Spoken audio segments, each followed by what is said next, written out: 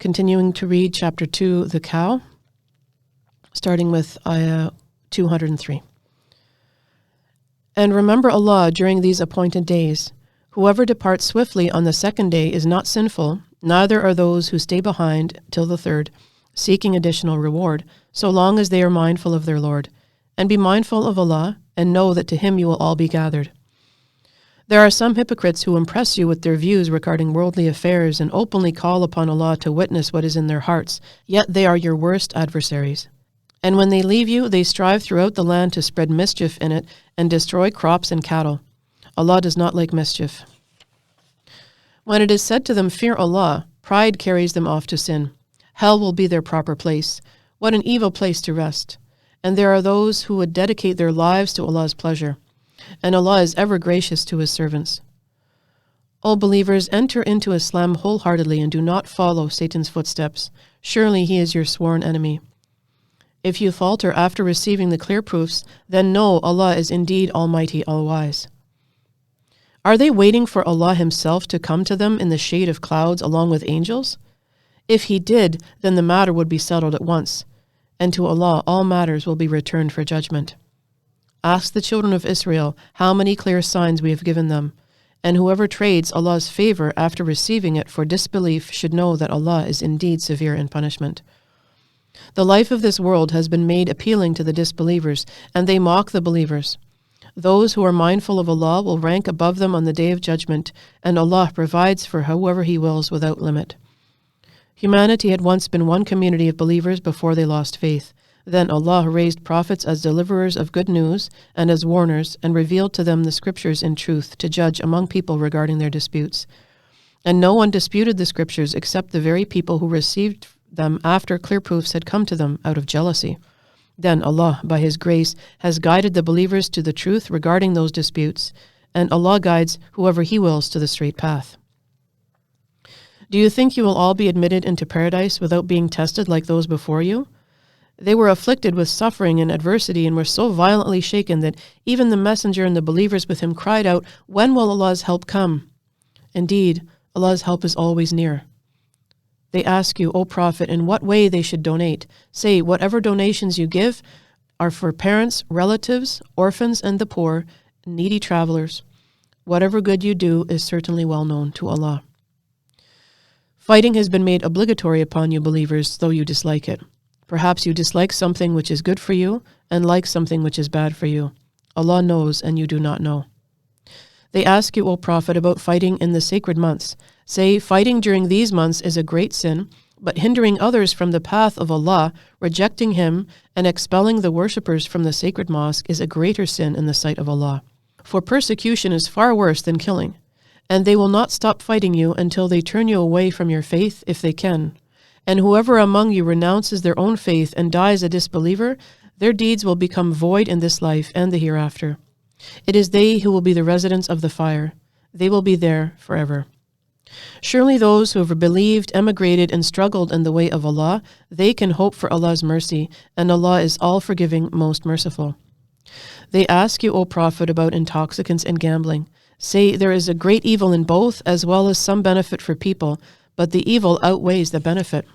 They also ask you, O Prophet, what they should donate. Say, whatever you can spare. This is how Allah makes His revelations clear to you, believers, so perhaps you may reflect upon this world and in the hereafter. And they ask you, O Prophet, concerning orphans. Say, improving their condition is best. And if you partner with them, they are bonded with you in faith. And Allah knows who intends harm and who intends good. Had Allah willed, He could have made it difficult for you. Surely Allah is Almighty, All-Wise. Do not marry polytheistic women until they believe, for a believing slave woman is better than a free polytheist, even though she may look pleasant to you.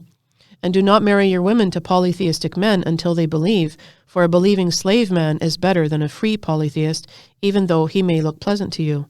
They invite you to the fire, while Allah invites you to paradise and forgiveness by His grace. He makes His revelations clear to the people, so perhaps they will be mindful. They ask you, O Prophet, about menstruation. Say, beware of its harm, so keep away and do not have intercourse with your wives during their monthly cycles until they are purified. When they are purified themselves, then you may approach them in the manner specified by Allah. Surely Allah loves those who will always turn to Him in repentance and those who purify themselves. Your wives are like farmland for you, so approach them consensually as you please. And send forth something good for yourselves. Be mindful of Allah and know that you will meet Him, and give good news to the believers. Do not use Allah's name in your oaths as an excuse for not doing good, not guarding against evil, and not making peace between people. And Allah is all-hearing, all-knowing. Allah will not hold you accountable for unintentional oaths, but for what you intended in your hearts. And Allah is all-forgiving, most forbearing. Those who swear not to have intercourse with their wives must wait for 4 months. If they change their mind, then Allah is certainly all-forgiving, most merciful. But if they settle on divorce, then Allah is indeed all-hearing, all-knowing. Divorced women must wait 3 monthly cycles before they can remarry. It is not lawful for them to conceal what Allah has created in their wombs, if they truly believe in Allah and the last day, and their husbands reserve the right to take them back within that period if they desire reconciliation. Women have rights similar to those of men, equitably, although men have a degree of responsibility above them, and Allah is almighty, all-wise. Divorce may be retracted twice, then the husband must retain his wife with honor or separate from her with grace.